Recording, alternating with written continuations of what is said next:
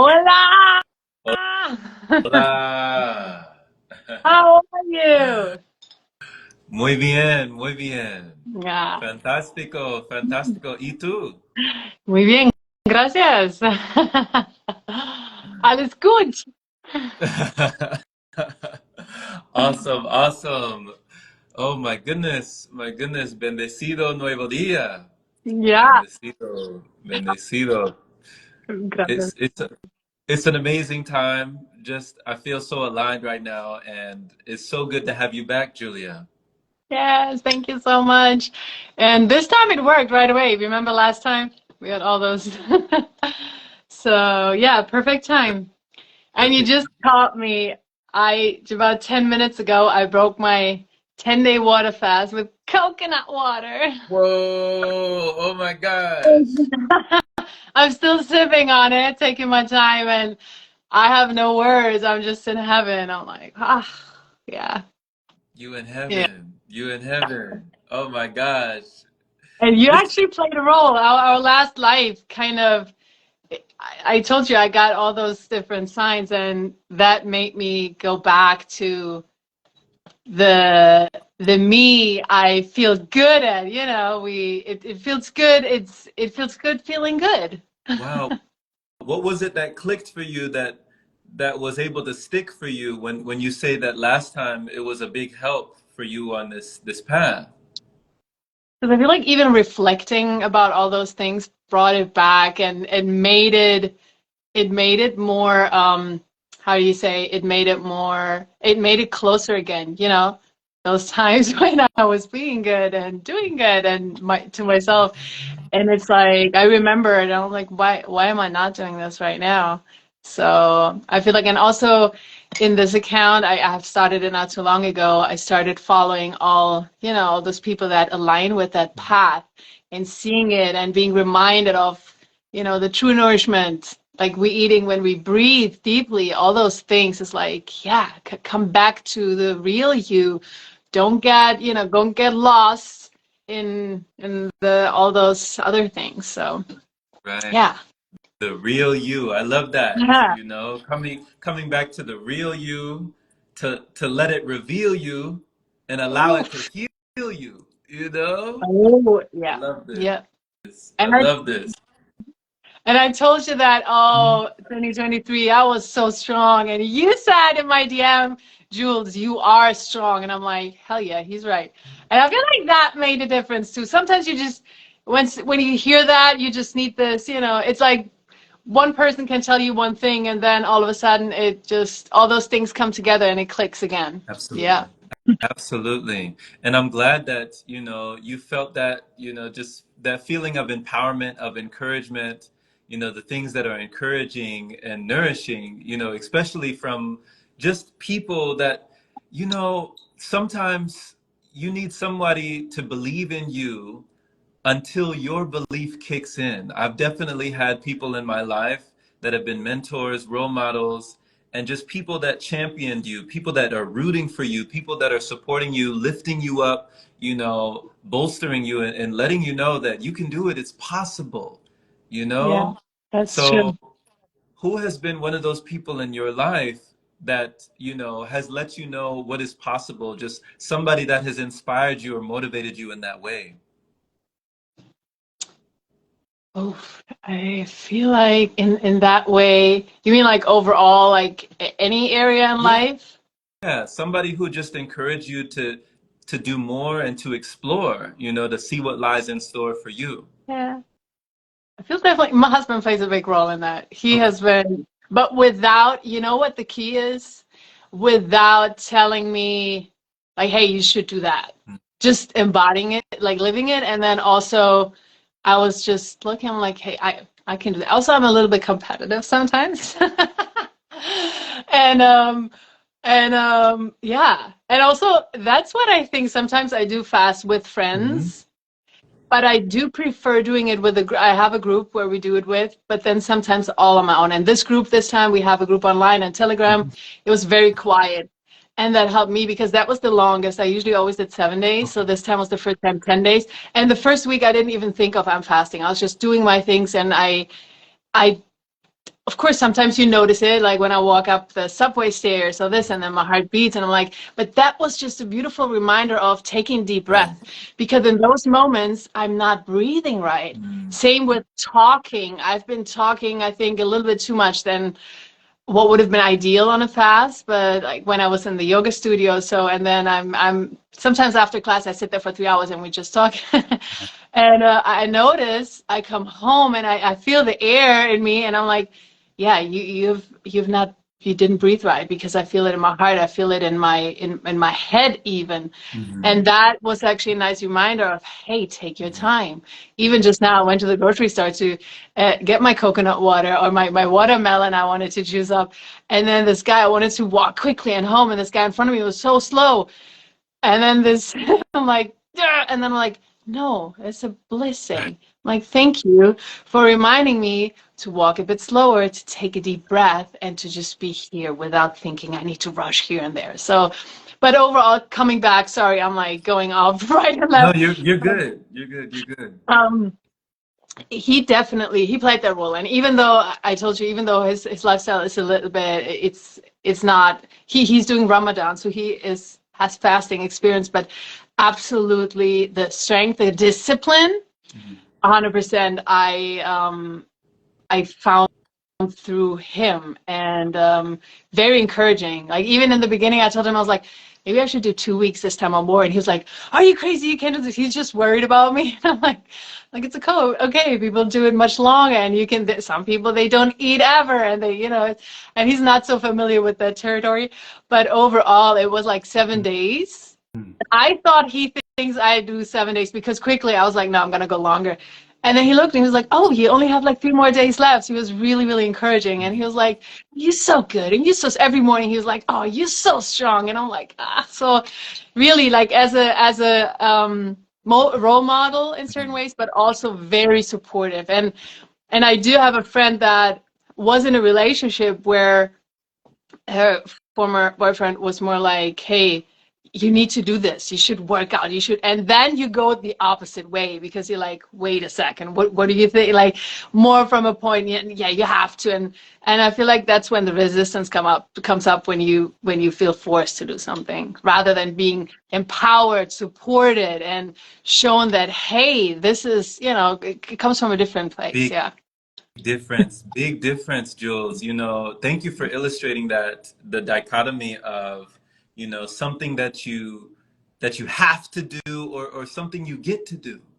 You Yeah. know, Yeah. it's a big difference in the vibration, just the frequency of the words, of the feeling of that pressure, that weight on your shoulders. And you're like, it's like crushing you like a boulder. It's all on your shoulders. You're like, dang, I have to do this? But you're like, no, this is an opportunity. I get to do this. And what a wonderful blessing. Like you said, a wonderful blessing to have, your husband with you, your divine counterpart, your partner, supporting you along the way, and not trying to tear down the philosophy of, what are you doing, why is it, why is it. But he also has it within, for Ramadan. So he's like you said, he's used to that territory. Mhm. Maybe not prolonged indefinitely, but he's used to at least going without for a period of time. And for people who don't really realize what you've done these past 10 days, what exactly was the fast that you did for the whole 10 days? Okay, yeah, so I was just consuming water for 10 days, Got it. and that's, we called it organ rest week, Ah, because we give our body a chance to actually rest, because 80% of the energy is actually going into our digestive system, and it's working really, really hard to process all of it, and a lot of times things that don't belong.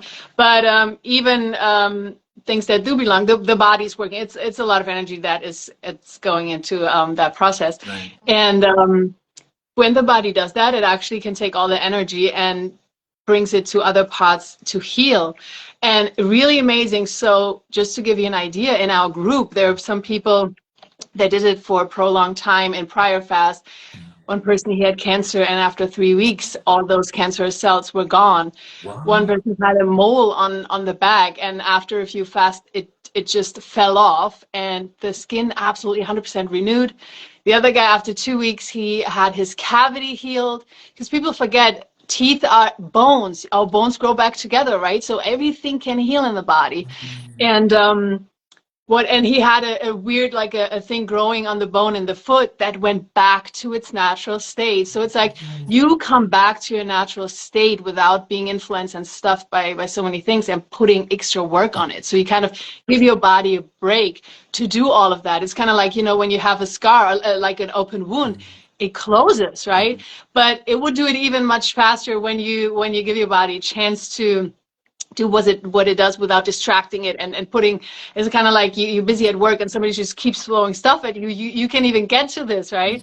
And yeah, for me there were actually also a few things that I've noticed. And let me just think. I was asking, because when I wanted to go longer, I asked in the group, I said, hey guys, what was the longest? What healed for you? And one, she healed all of her I don't know how you say it in English, varicose, like these veins, the thick veins The that varicose you have. veins, varicose, Oh, yeah. that's what I'm saying. Yeah. Varicose veins. She healed them all, and that makes sense because depending on what we eat, like it's just a obstruction, right? We add like certain oils in the body. Where does it go? The body doesn't know where to put it, right? And to kind of protect you and to keep it away from the organs, it keeps putting it in other places around you. Or that's where you store the fats. Then so it actually protects you to not keep it all around the organs inside. And well, the vision, people had vision improved, and I have really good vision, and I noticed, I felt like in December when I knew I would change again, and it was kind of like, let me make everything I haven't made in like years. I made vegan lasagna, of course, with like the Pecos cheese and stuff. Okay, I made vegan pizza. I made it all, and I know I have my raw, very healthy version of it, but I did it the way everybody loves, right? Or we think we do, when we don't control ourselves. And I made it all, and after a while, I felt like I look and I'm like, I was getting scared. I'm like, is my vision changing? I'm like, oh my God, can I read this back there? And because, like I said, all my friends say, how can you read this? And I'm like, yeah, it's right there. Like, and you can train your eyes too every morning, every night, and it's really quickly. But so all those things, and I noticed I even have some like tiny purple veins on the side of my hips, and then I look and I'm like, they're almost gone. Like all these little things I notice, I'm like, wow, that's incredible. And yeah, it's just that's our natural state of being. Yeah, yeah, Yeah. just regeneration, Yeah. regenerators. Mhm. Like we definitely underestimate the body's capacity and just boundless, there is no limitation but our imagination when it comes to the rejuvenation, the level that we can recalibrate the body. And I feel like that's why we should celebrate the body, we Every should moment. definitely we No, should truly. be patting ourselves on the back that we're still here, against all odds, we're still here. So, I love this for you. I love that you allow yourself that rest week. You're giving your organs a rest, you're giving your body a rest, you're taking a rest from having to digest so that you can feel at your best and even more blessed. So Yeah. it's awesome because the body can do it. It's a lot of times our mind gets in the way of the natural process. And I love what you were saying as well, because when you're hearing these stories, Jules, about people in your group and they're telling you these miraculous healings that they've undergone, you said somebody had cancerous cells, they had cancer, and they Hmm. healed their cancer in, you said 3 weeks it was? It was 3 weeks, or yeah, 3 weeks, or max 4. I think between 3 and 4 weeks. Yeah. And it was gone. Yeah, it's like you starve them. Basically, they're just cells. I mean, they're made up of stuff that doesn't belong, right? Or oftentimes also emotional things. So we can affect our body and each cell also emotionally, right? When something's weighing very heavy on our heart. So it's a combination of things. But yeah, Oh man, and yeah, I'm that's just thinking there were even a few more stories, and when they come back, yeah. I'll bring them. It's awesome, you know, because you realize like, hey, it can be done, you know, and there's people that just don't know that they have options. I was speaking the other day, one of my friends in Hawaii, and you know, she says she witnesses so many people doing very, very radical, you know, healing modalities, and nothing against, you know, the different mentalities and different modalities of health. But she said that she witnesses people doing so many things, but they won't fast. Oh, She said they will not fast. Like there's people that she said they'll even go above and beyond and do something that they feel will simulate or give them, you know, the effect of fasting as long as they don't have to stop eating. wow. You know, like as long as I can keep on eating, Yeah, you know, I just don't want to feel like I'm depleting. I don't want to feel like I'm constantly needing. I need to be feeding. I need to keep on eating, you yeah. know? Oh my God, yeah. So, And yeah, there it's, was, yeah. mhm. Sorry. Go I ahead. didn't mean to interrupt. No, keep Yeah. finishing. So You were she just in the just, flow. I'm sorry. no, I'm no, no, sorry. no. You're good. She just said that because it just showed her that, you know, even amongst like so many different circles, it's one of the hardest things for people to do, you know, because we do so many things. We're doing this, we're doing that, we're doing this. But then when the moment we stop doing and the moment we stop chewing, you know, like it's tough. It's Mhm. tough for a lot of people. Yeah. Yeah. So true. The chewing, the addiction to chewing, to feeling something. Yeah. It's insane, and it's also it's a lot of stress release Mhm. that's connected to that because it's kind of like if you do this, it's like people biting their fingernails. It's like you think this is a way, or it is maybe a way to release that stress in that moment, but on the long run, is not going to really do Right. anything. Right. Yeah, and as I forgot his name, as he said in the live with you, I forgot his name, raw something, and he said after you've eaten all the Yeah. food, nothing has changed. Oh my I'm like, God.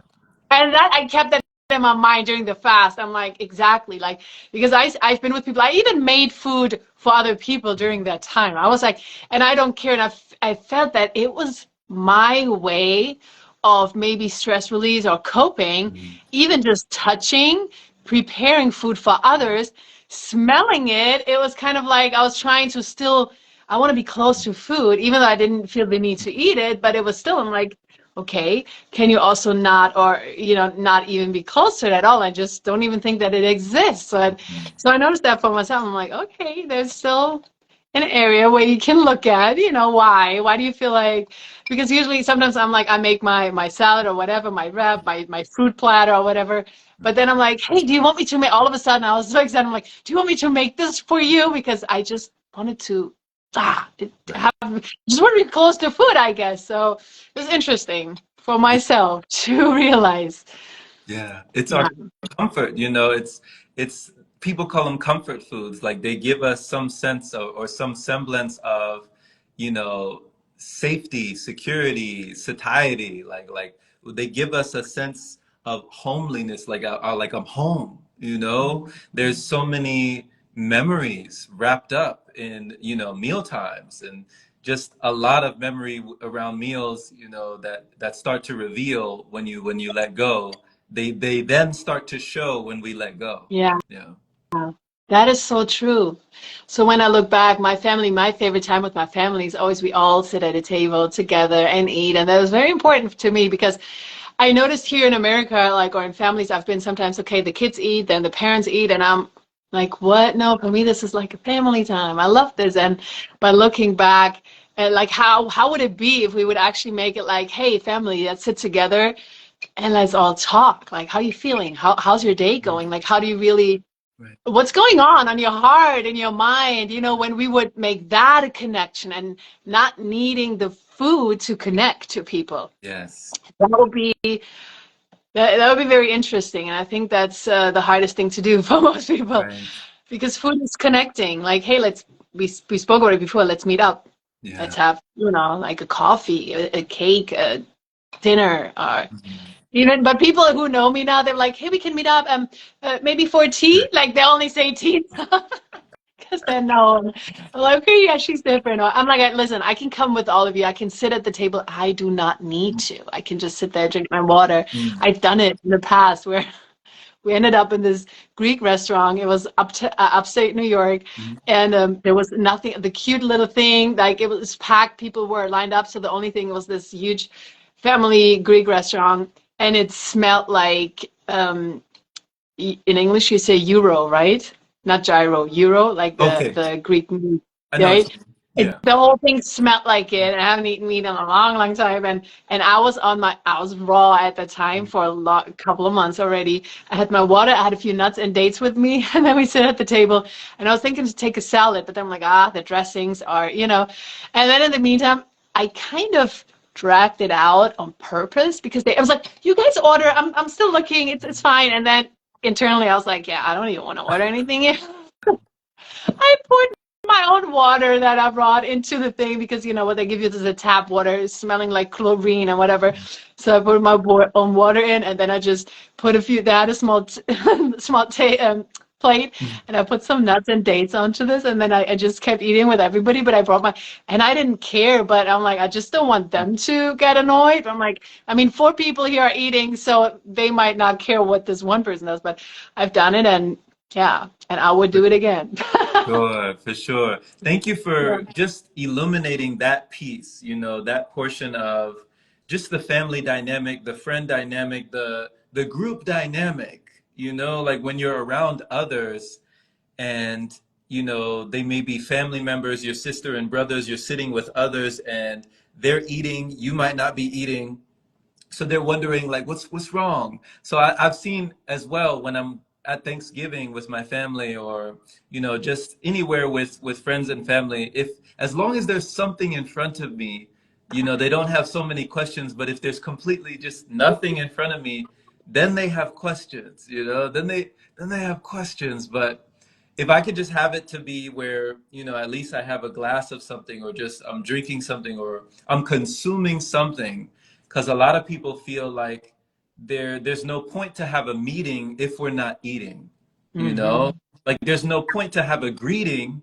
if we're not eating, you Yeah. know? So just like you said before, it's very commonplace. We don't even think about it.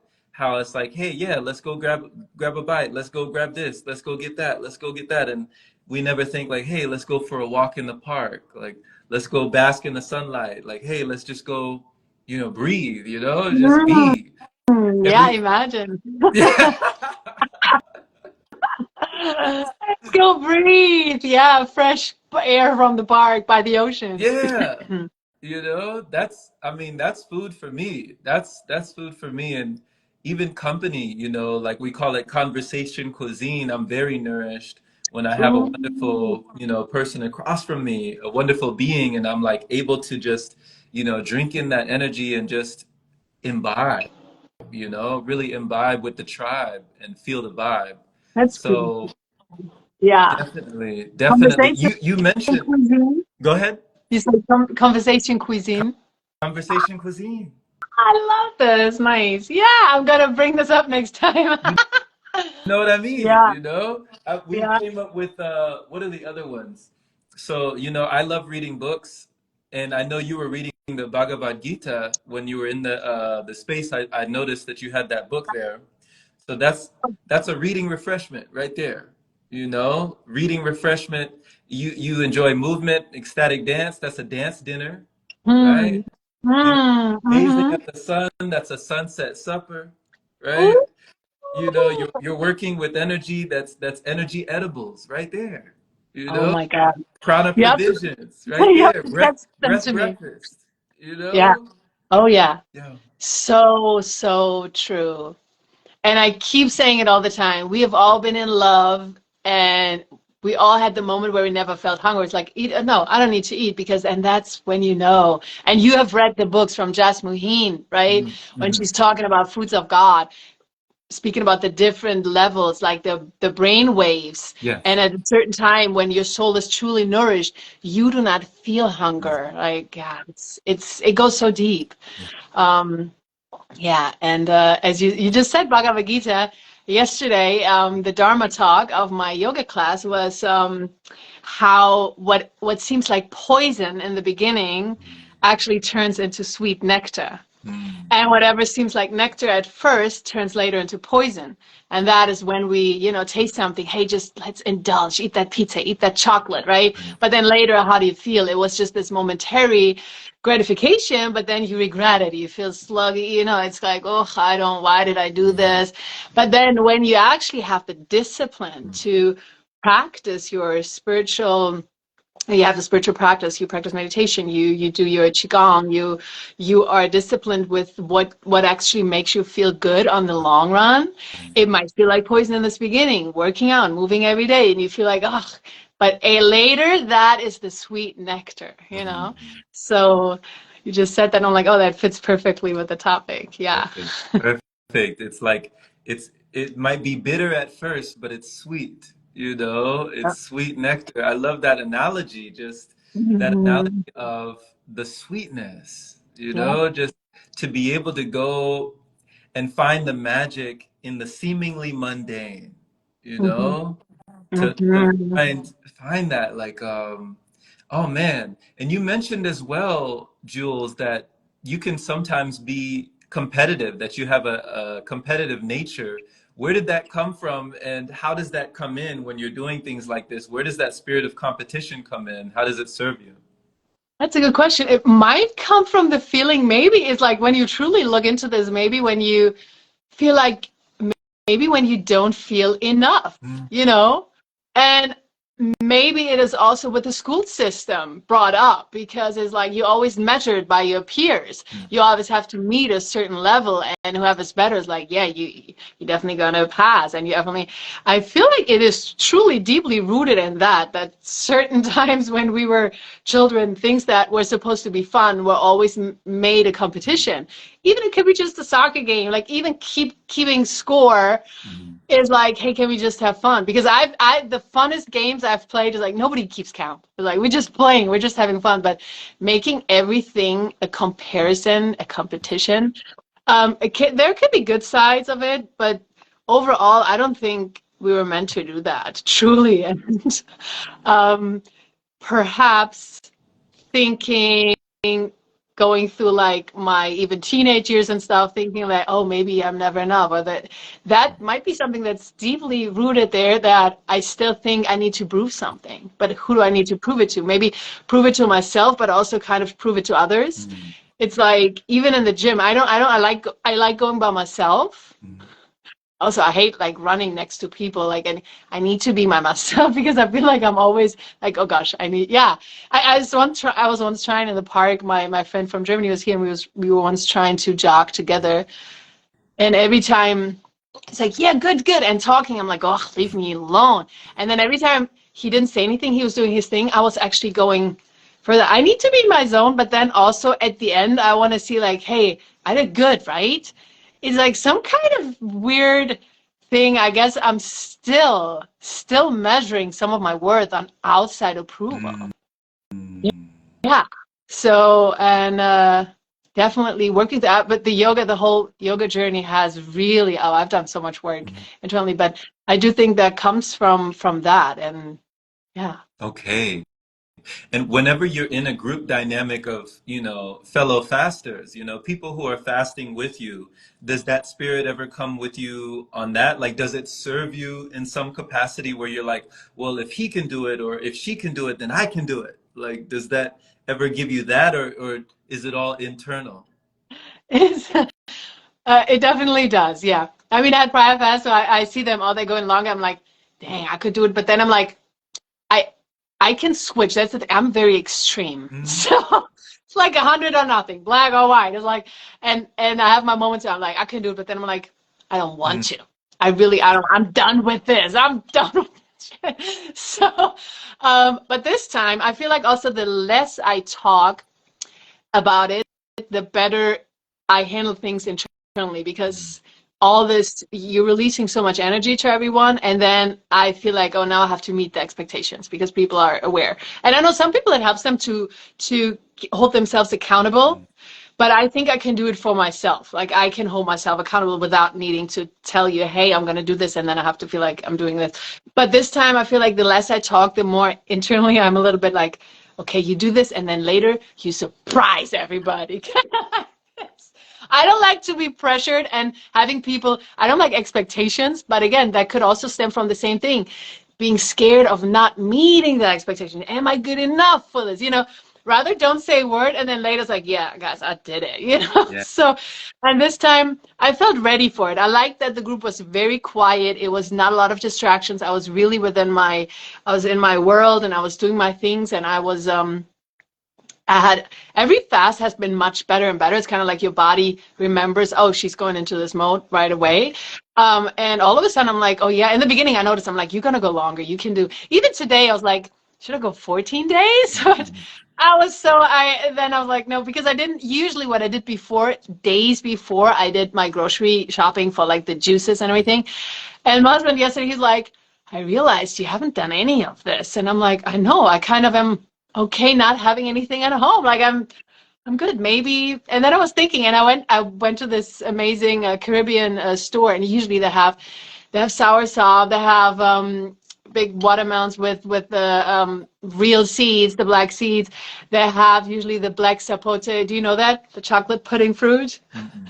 But then I went there, they had nothing today. And he's like, oh, and soursop is coming Wednesday. And I'm like, is that a sign?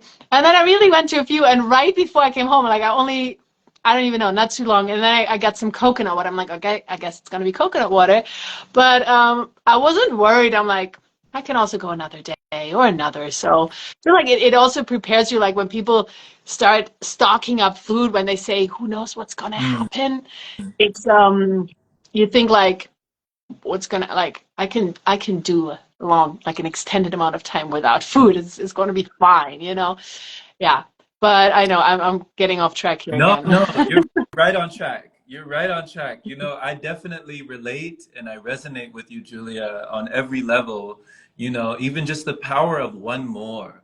There's so much power in one more. Like back in the day, I was super competitive on video games, super competitive. I was one of the biggest gamers that I know. And it was always one more, one more level, one more try, one more boss, one more game, like just one more. And that spirit of one more carried me through, so many circumstances and situations that challenged my mind when it came to finding resilience, even in the virtual reality. But I started to transfer it into the outer reality where it's like, okay, I can do one more, let's go one more. And that's helped me as well when it came to fasting. In the past, there was just like, oh, okay, I feel like I could do one more.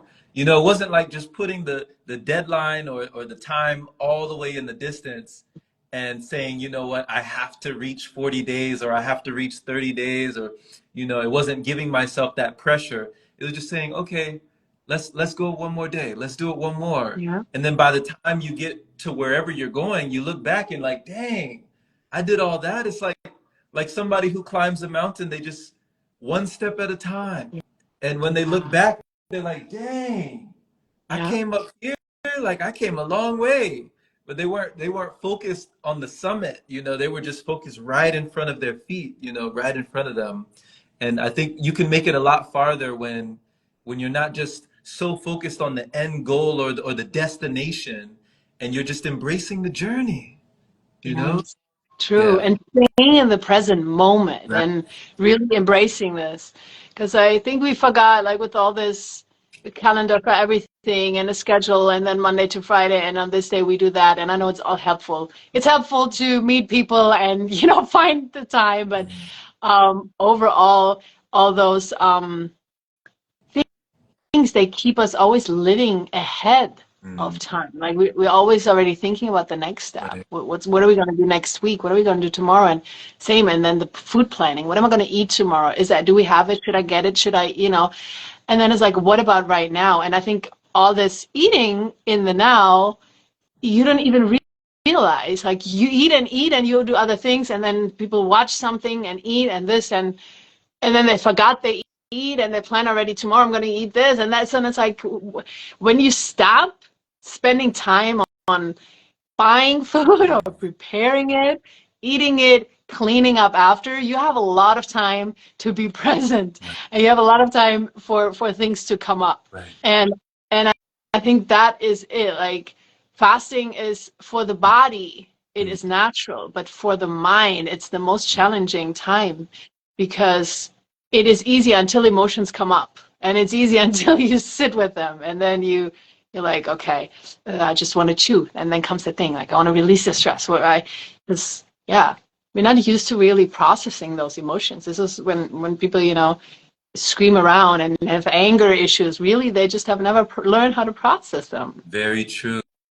Thank you. That's a great point, that you make there, Jules, because what were some of the emotions that you would say either during fasting or just during your healing journey that were the most challenging for you to process, like through your body? What were those emotions for you? During the fast, I think it was just I was at some point I was so overwhelmed. I wanted to throw my phone against the wall. Um, because my friends messaged me and I was just thinking, guys, leave me alone for 1 week. Do not even contact me. All those questions. I remember one day I felt a little bit like, because I was so high energy and I worked out the whole time and a little bit, and I did yoga and this, and even up and down, I didn't feel lightheaded at all until I think, was it Monday or Tuesday? I don't even remember, this week, yeah. And then I had my phone, and for a second, I'm like, I was about to send my, she doesn't even know it, and she might watch it right now. I was about to send my best friend a message, yo, all these questions you have, can we talk about them next week, please? Like, I was upset. I was just, I don't know, I didn't, my tolerance of handling, like listening to people really was very low at certain days. It was too much. And that's when I realized as humans, we were not made to communicate the whole time, be on the phone, be on, when we're in our national state, we're not meant to watch the news from the whole world and process this. We're not meant for all this. And overall, the whole healing journey, I think it was these emotions that I uh, mentioned earlier, that the feeling of thinking like the true, finding the true essence, and realizing all of the things like we identify with on the daily and the roles we basically play in this society, letting this fall away, realizing that and knowing that this is forever, like this is our superpower, being 100% our essence, realizing that. And like all these emotions that come up with maybe the most emotions or the most challenging were realizing how badly sometimes I have treated myself before. And that can be physically, mentally, like things we think about, we say to ourselves, we do to ourselves. I feel like that's what it was. And then it's like I get really emotional thinking like when I see myself as like a little girl or like a girl, and I'm like, oh my gosh, I said that to you. Like I was thinking like that about you. I think that was the most challenging. Yeah. Okay. It wasn't even any anger. So I feel like I've really calmed down the last couple of years because I'm like, don't take things personally. Whatever people, I've realized, I think there's so much compassion that I've been able to cultivate towards humans, really seeing the divine, even though sometimes it can be crazy person walks out, or I say, I don't want to even call them crazy. If somebody who has maybe been through some stuff and has been affected by it, let's say like this, or maybe is seeing things they've been told they're not there, but they might see them, and that might as well be there, but others can't. And sometimes you're scared, or I don't know, emotions come up. Even in those moments, like I had this moment walking from the train station once, and I was just, all of a sudden I feel heat. I feel this warmth. I feel love. And what I saw, I can't even explain it. I see that everything is connected. I see something. I don't have the words to explain it. But all of a sudden, it was like I see divine oneness in each and every one, and in you people, and you, and the people who live there, and in everything, and every human who walked by in this moment. And I'm like, whoa. And then I had like a tear rolling down because I was so touched. And I'm like, this is truly amazing, this human experience. And most people don't even know. Like, yeah, so it's quite interesting, all those different things that come up. It's fascinating. It's fascinating. It's not just interesting. This is amazing. Like what you're talking about. You and this happened to you, Julia. This happened sober. Like you Oh, weren't. There was no oh, plant medicine. There was no substance. There was no drug. No hallucinogen. never. No psychedelic. No nothing. I can't. You I don't. just a spontaneous Yeah. awakening. Yeah, absolutely. I don't do any of those. I can't even when people tell me I want to do shrooms, I want to smoke. I can't. I don't have the tolerance for it. I don't think I can handle. I don't. I don't do none of this. I don't even smoke. Nothing. I'm 100% sober. Like I said, drunk in love and high on life. And I had this, yeah, and it was random. I didn't even, maybe I was listening to certain frequencies, I don't know, but I was walking, I was coming up the train station, and it was in my neighborhood, and I was walking, I was like, and it's like I see it, and I felt it, and I was like, whoa, it was, and then I feel this warmth and the tears, and I'm like, this is insane. And I think that we are all meant to experience that sober because there's so much, we all have the capacity. When you think like, oh, but, and I think some humans, they don't even uh, realize that they have the ability. They think they need to take certain things to reach that level. But it's like eliminate other things, and then you see there's more space for that, you know? Um, And I have a lot of friends, they have tried out all the things. And I always tell them, I was like, how do you feel? How does it make you feel? I'm curious. But then I had a long conversation with my friend in Canada, and she was like, some people don't even know what we can reach on a sober level. And especially like, or maybe even like when your vessel is clean, like when, you know, on that level, they're not aware of it. And I don't think anyway, like everybody has to go their own path, find out and experience that. Absolutely. But I'm like, sometimes people tell me, I'm like, I feel it. And they're like, no, it's more intense. It's where I'm like, you don't know what I feel. And then the competition comes up. But I'm like, okay, cool. And then like, you don't want to try it? You want to try it? I'm like, nah. There's no interest at all. Yeah. And then there's more fear because I'm like, I don't want to be on 11 and I'm scared. I'm stuck. I remember one time, like when I smoked weed before, like I tried it and I'm like, this is not for me. This is like, I panic, I get anxious. I'm like, Same. I don't like this. Yeah. Right? Do you feel like that too, or? It was for me too. Like years ago in my teenage years, and then I was with a partner for 10 years, and that was her mode of choice. That was what she would do. So I was the one, you know, drinking. I was tipsy. She would be, you know, smoking. So that was our dynamic. But we were escaping, you know, into a different, like a false reality because we could not face the reality or embrace the reality that we had made with each other. So we were using different things to not have to face it, you know, to try to Yeah. erase it, Yeah. you know. So that was one of the things that definitely, just like yourself, it just brought a lot of anxiety. It just kind of made me feel almost like a panic attack. I was like, what's going on here? Like I was paranoid. I was like, this is not happening. This must not be for me. I don't know how you drive like that. I don't know how you survive like that. You know? Yeah. No. I know people driving, and I'm like, you sure you can drive? It's like, yeah, I do this all the time. I'm like, I don't even know how to survive with this. And you're driving? No, same thing. I had my worst. Do you know what happened once? What? No, I don't even know if I can tell this. I was in Jamaica. Oh my, Mm-hmm. Mm-hmm. this story, only my friend, like only few people know this, but we were at this concert on the beach. And then I was there with friends and some people were there also DJing and stuff. And then I was like, okay, let me try it. It's kind of like you try to force it, but then now I'm like, why did I try to do something that obviously didn't feel good in my body? Right. And then I tried and I was like, I don't feel anything. I took like, and it was like the real, nothing mixed, 100%. Like they said, that's the crazy intense stuff. And I took like, I think 10 and like really into the lungs. 10? 10 and I'm like, and like really deep 10, like, and I was like, I don't feel anything. And then Jerome, no, seriously, this was the most fearful experience in my life. All of a sudden, it was like something hit me on the head, like, boom.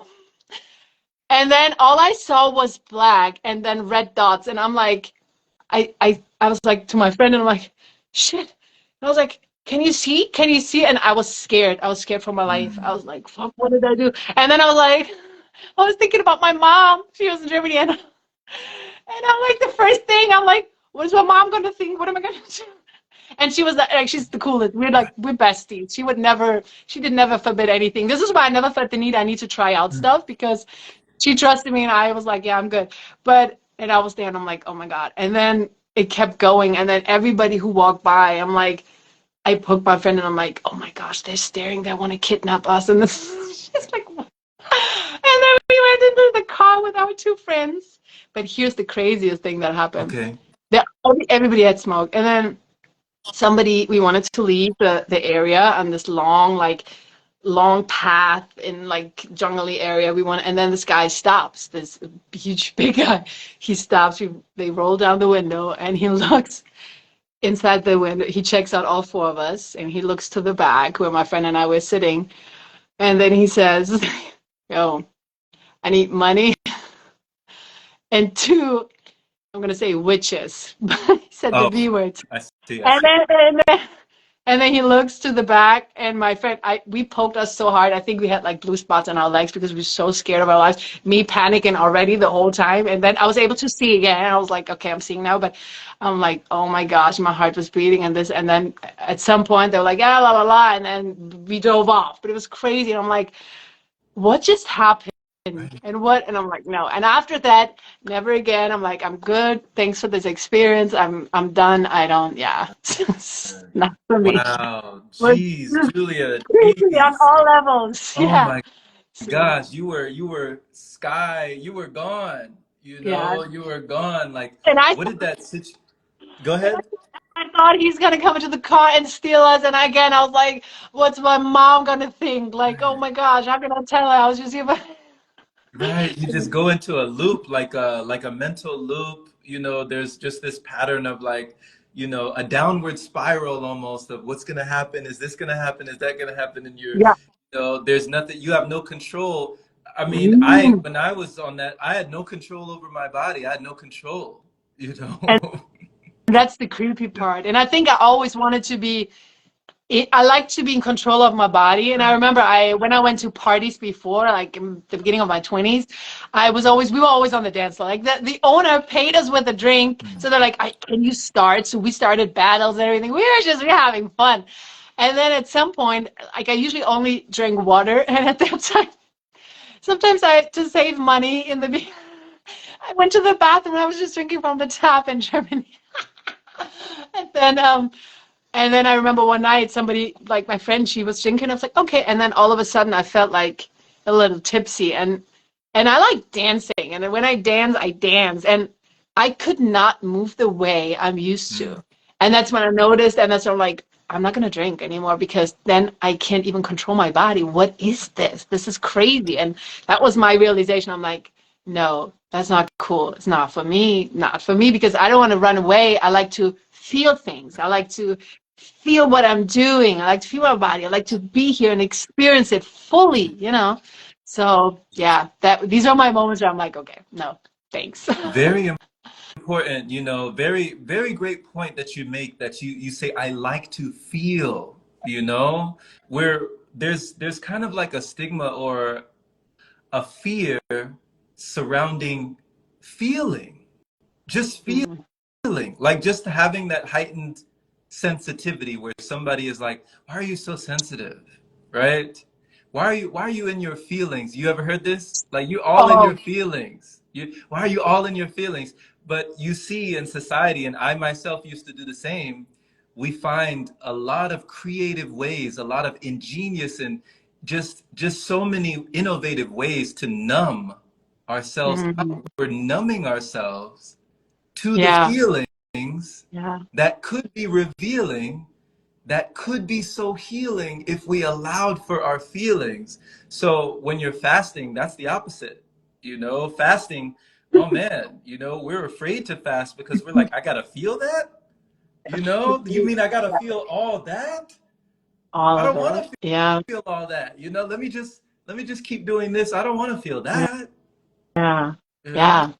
Yeah. And you said earlier you used to play video games, so that's another way of running away from Mhm. what's right here around us, right? What Right. was it? How many hours did you play a day? Oh my God. Not hours. I played for days. Days. What? I was playing for days. Julia, the sun would go up No, and the sun would come down. I'd no. still be there. I would forget about using the restroom. I would forget about sleep. I would forget about, that I would just forget and I would be locked in that screen and just that would be my life. So for a certain amount of time in my definitely in my late teens, even my early teens, because I started with like Super Nintendo and then I ended with like the Xbox One and PS4 and stuff like that. But all the way into my 20s for over a decade, almost pretty much 2 decades, I was invested. I was heavily invested in that world. Yeah. 2 decades 2 decades. almost. Do you Yeah. ever think back? What do you, when you look back, how do you feel about it? No, that's not asking Well, the you can see questions. I don't have a TV now, you Oh, know. nice. There's no TV anymore, but like all I have is books now. I'd rather get lost in a book personally. This is me personally. I'd rather, travel with my imagination. I'd rather Mm, travel in a book or even in meditation. I'd rather, be in bilocation. I'd rather like raise my vibration. That's the video game now. It's like how healthy can I be? How much can I go out and work on my avatar? mm, Like, level mm. up my attributes and my stats, my statistics. How much can I grow today? Where can I go today? Yeah, You know? How can my energy flow today? Like, what can I show today? yeah, What can I learn? What can I earn? And just understanding like it's your turn. It's your turn. While you're here, if there's breath in your body, it's your turn. If your yes. feet are on the ground, it's your turn. It's your turn. So You are the video game now. it took me a while to see it. It took pain. It took emotional pain because the separation from that relationship, that's what got me, on a different path. But had we still been together, I would have still been on that couch to this day. Really? To this day, there were so many people I would have never met, so many things that would have never happened had we not separated and went our separate ways. But yeah, I was locked in. I was locked in. Wow. Because that would have been my next question. Mhm. What made you absolutely like do a 180? And also, I'm so glad you shared it, your transformation from, your prior eating habits and the stuffing and everything. What changed at first? Or what was it that made you, or was it gradually that you slowly, eliminated one thing, had more realizations? Like, what was your path? I'm so interested in that. Yeah. So it was kind of both. It was abrupt and it was gradual. Like certain things were like, okay, wow, you know, but then certain things were over time. You look back in hindsight, you have 2020 looking back, you connect the dots, you see like, wow, what did I actually gain from all of that? What did I maintain from all of that gaming? Like, what did it amount to? I was so proud of these characters that I was, these adventures, these side quests, and these role playing, and like all of this. It was a feeling of pride. And then when I went and visited my cousins, in my family in California, it was the same thing. It was like I was witnessing a version of myself that was still there. He was still engaging. And then, you know, the kids, same thing. Everybody's locked in their room. The door is locked and Mhm. everybody's just, So it was pain. It was a lot of emotional pain. It was dissatisfaction. It was unfulfillment, dissatisfaction, and the desire for change. I had such a compulsion. I was so compelled and so disgusted, you know, with what I had done, with who I had been up until that point. I desperately needed a change. So there was inspiration, but there was desperation. I knew that this cannot continue. This cannot go on. You know, there has been suffering, right? That Mm. has happened in this, in me, my relationship with myself, but also, you know, with my partner. There was, you know, we got together. There was the, you know, it's crazy. There was the engagement ring, the wedding ring, and then the suffering. Oh, The suffering, wow. that third ring, That right? third thing. The third ring. Wow. So I didn't account for that third ring. I thought everything would just be magically eliminated, like all my problems would magically go away. All the things that we tried to not look at day to day, you know, Yeah. the things that, all the anger, right? The feeling of guilt, the feeling of shame, the feeling of blame, Mm-hmm. right? Pointing the finger and the things that would linger when we pointing our fingers. So that factored into the video game world because I'm channeling this energy. You know, I'm Yeah. channeling it through the TV that's broadcasting. It's telling me a vision, right? Television. It's telling me a vision every day. So I'm Yeah. channeling my energy through this. And then I was boxing, so I was getting my stress out in the gym, but I was also raging out on Call of Duty and all of these raging games. Like I'm just getting angry at the screen and I'm yelling. And it's none of this is being directed to my partner, you know, like it's just all internal. It's just Mm. a ticking time bomb waiting to blow up. And then when it blows, you're like, where did it go? Right? Where has all the time gone? Mm-hmm. So coming to that level of acceptance, thank you for this reflection. Thank you for this, you know, this connection, because coming to that level of acceptance was one of the hardest things I ever had to do in my life, was to be able to direct that finger back and to say, if it must be, it's up to me. It happens to me because of me. And to take ownership and responsibility to have the response to the ability to change it, Yeah. right? To rearrange it, to say it doesn't have to be the same. I can change. Yep. I can change. That's when I got my power back. You know, when I met the monks and nuns that told me, hey, just sit down, right? Just sit Sit down. down. Yeah. So Just sit powerful. with it. Sit with it. That's how you get with it, is you sit with it. Yes. Yeah. Wow. I can imagine. No, seriously. And I can imagine you just like carrying all the energy because you're exposed to this the whole time. This is like you're living in a different reality there Yeah. for most of the day. And then you go out and it's like, can you separate those two? Can you, Yeah. wow. Yeah. So Interesting. Thank there you were so times much for where it sharing. was there was times it was pixelated. I would walk out, I couldn't separate my reality from that. I would walk out and it would look the world would look fake. It was literally pixelated. Like the tree was pixelated, the sidewalk was pixelated. I was like, my eyes were adjusting to being back outside. Oh my And God. my skin was paler and paler by the day. I wasn't getting sunlight at all. That, you know, there was no vitamin D. I mean, I remember when I never had like a Game Boy. I only had these cheaper Tetris games, you Yeah, remember?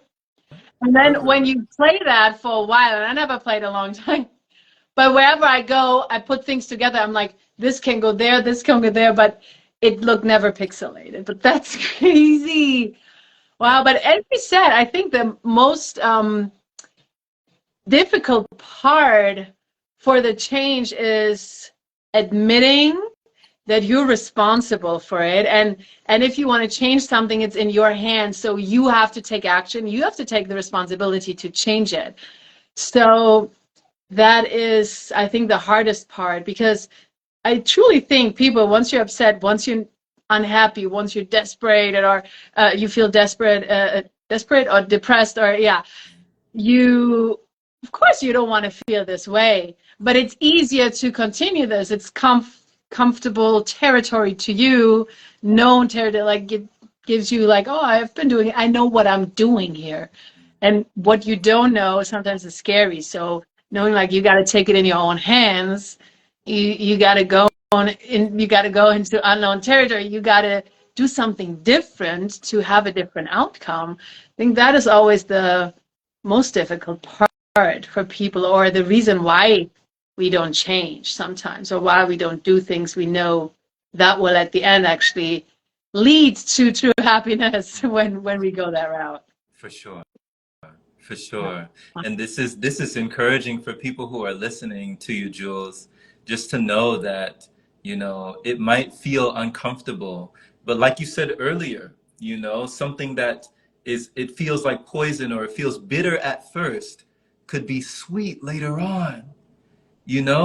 Discipline feels bitter at first, but it's sweet later on. You're free. There's so much freedom in discipline. There's so much freedom in just like, you know, not saying that, oh yeah, be kind to yourself, be compassionate, go ahead and have it, go ahead and indulge, go ahead and imbibe, go ahead and drink, go ahead and have, but doing the opposite and having that be the self-care. Like, wait a minute, what about no? Like, how about that? Showing kindness to yourself, saying, you know what, how about I not have this in my body? How about I don't abuse myself in that way? How about I don't watch these graphic images and, go in these, in the closet and go away from people, that my loved ones, and, do these activities because I'm ashamed of what they might think if they knew, right? How about I don't, how about I treat myself like I love myself, like a friend, like a friend, like somebody, you're looking at yourself in the mirror. you haven't gone far, right? Yeah. Everywhere you go, there you are. There you are. Yeah. So if we have to live with ourselves for the rest of our life, it's like, wow, you're the only person that you are guaranteed you have to live with for the rest of your life.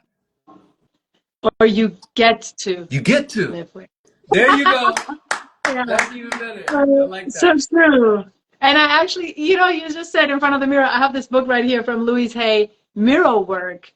And it's very interesting. It's like a 3-week thing, and I just started the first couple of days. But when you truly, in the morning, without getting ready, without making yourself, taking a shower, washing your face and doing this, when you get up, first thing, look in the mirror truly deeply into your eyes and say, Jerome, I truly love you. And I if that is hard, I know it's hard for people. I know people that cannot say that to themselves. They have something that prevents them from like even saying the words to themselves. But if you do this and then like I want to really, really like you. And we're gonna make this fun.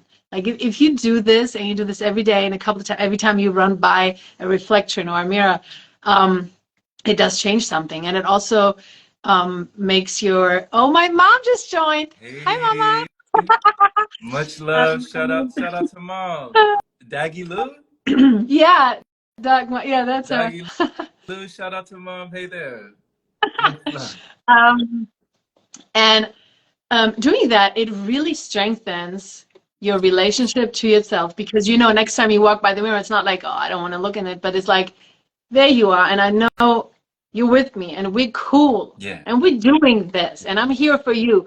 If you just got up, however you look, but I'm here. And if you look at yourself in a way like, see yourself also like this littler version of you that was so vulnerable, like every word we've heard in our teenage years or, growing up as kids, like every word and every comment from family, from whoever, has an effect on us, and they do something to us. Like sometimes it's just very subconsciously, but later on, there are these moments and it's like, oh yeah, they said that, and then it comes back. But knowing like we're here to override those old programs, and we're not doing these things like that anymore, right? So, but truly building that relationship, that is really, really important. And even if you think it's just looking in the mirror saying it, no, look at it, look yourself deeply in the eyes, and be convinced and talk to yourself like you really, that's your best friend right there. Because as you said, we get to live with this one human for the rest of our lives. Yeah. And that's guaranteed, exactly. And I always say the breath also, the breath is our companion that stays with us for the rest of our life. So really, really honor that and make it count, like make every breath count in a way that it does something nourishing to you. Like make it, honor it in a way that take it deeply, like take it fully in, take Mhm. it fully in. Don't just make it a side thing. Like, yeah, I'm kind of breathing here. No, like be aware that like you are here for me and I'm here with you for the rest of our lives. I love Yeah. this. Love this message. You know, it's so important, you know, and even the message just on the breath of life. You know, it's like it's the thing that comes in when we're here, and it's the last thing to leave when we go. You know, when we transition, is the breath. You know, we were with her or we were with him, like to his very last breath, we were with him. And it's like the flesh is still there, it's still there, the body is there, but the breath is gone. And you know, so many cultures and customs and countries and continents and different people through the ages and the great sages, they had words to describe this breath of life, or just the energy, the life force. You know, in Mm-hmm. China Mm-hmm. they call it chi. Yeah. In Japan they call it ki. You know, in India, they call it prana. In India, it's prana. Mm-hmm. In ancient Greek, it was pneuma, right? In ancient Latin, it was spiritus. And in, you know, in Hebrew, I think it was ruach, you know? So they just all these words to describe the same thing, the same And thing. yeah. And the, as you just said, you just remind me, respiration. Yes. It's spirit is in it. You know, it's people don't even understand like the connection to it. I always say our breath is the threat to our true selves and also to the present moment. It's like, and it really, when you think of it like this, it's like, wow, you can always come back to your breath. Wherever you are, if you're freaking out, if you stress, you can always come back to your breath. And breath is just peace is just one breath Mm. away. You just got to come back to it and honor it and be like, oh yeah, okay, here you are. You're with me. I'm here with you. Yeah. Yes, absolutely. Thank you for these reminders, Jules. Thank you so much. I'm Thank glad you. that your mom came in to witness, you know, you speaking like this. Does she usually see you speaking like this? Uh, well, kind of when I want to roll. when we talk about certain things, or she's telling me about a friend who's sick, or and I'm like, well, what they could do. And then she keeps me going. She's like, oh, here she does this again. She does this. But I just want to help everybody. But then again, acceptance that it's not everybody's, my path is not everybody else's path. So it's just hard to see. And I'm sure you know as well, seeing your loved ones, people you've known for your life and going through a certain time. And you're just like, there is a simple answer, but you have to make the decision kind of. So yeah. Yeah. And I saw you Thanksgiving and all this, like how it's incredible how you just stay true to you, do your thing without even being faced by it, right? Or is that what tell me, is there ever the moment, do you enjoy certain smells? Do you ever feel like, how would it be tasting? Or is that an absolute like, nah, I'm over this? So interestingly enough, when I went on my longest dry fast, when I was in downtown Los Angeles, this was years ago, in 2020, at the How, beginning of the year in 2020, right after my first breatharian retreat. Oh my gosh. Oh my how, gosh. I was how long was the smelling, dry fast? say again? How long was your dry fast? How many It was days? 2 weeks. It was around 2 weeks. Yeah. So 2 weeks dry mhm, fast. yeah. Wow. Yeah. Okay. Amazing. So 14 days. So I came in dry and then I came out dry. And the retreat was like 8 or 9 days.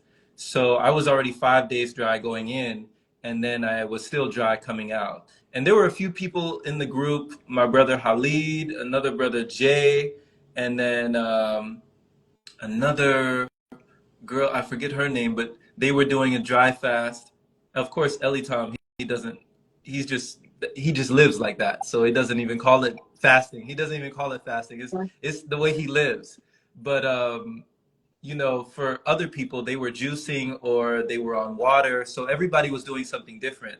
I was one of the people who just wanted to go without for that period. So I just wanted to be, clean and clear and just really just drink in the experience and absorb, the energy that we were working with each other. So, and it was inspiring because you're around somebody every day, in these 9 days, you're around somebody who's not taking anything. He's not eating at all, he's not drinking at all, and he never needs a break to go to the restroom. He's not, so seemingly nothing is coming out of his body and nothing's going in his body. And you're watching him, you're with him for hours. He's talking for hours, he's walking for hours, he's exercising, he's doing all that. So it was mind blowing, Yeah. but it physically you feel like this is impossible, but you're witnessing somebody who lives the impossible. So it just kind of broadened your horizons on that way. So when I came out and I kind of my body made a switch. And just like yourself, when you're, going long stretches prolonged in your water fast, your bodily organs start to realize, okay, well, let's do something else because we're not doing what we're usually doing. So we're not chewing what we're usually chewing. Let's do something else then. Let's utilize this energy in a different way. So my body started doing that, and day after day, it started like reweaving. My body started like reconfiguring the settings, and they were going here, and then it felt like my stomach was going to sleep, and then my lungs were coming alive, and everything was coming online, and I was breathing more deeply, and then the air felt like water, and then pores were opening up in my skin, and my nose was opening up, and I started to smell everything, and I felt like an animal because I could smell everything. Yeah. So I started to go up and down the vendor aisles of Grand Central, what is it called? The Grand Central Market in downtown Los Angeles. This was a place that when I was at a studio apartment right after that retreat, I would just daily, I would walk up and down the vendor aisles of Grand Central Market, and I would smell everything, Jules. I was smelling I was just like, oh my gosh, I was like Scooby-Doo. I was like Scooby-Doo in there, Reggie, Reggie, I was everywhere I went. It was just an experience, and it was euphoric. It felt like an orgasm in my nose, like a nosegasm, So that was blowing my mind. Like I can eat through my nose. I don't have to taste it. I can taste it through my nose. It's that sensitive that it felt like I'm complete.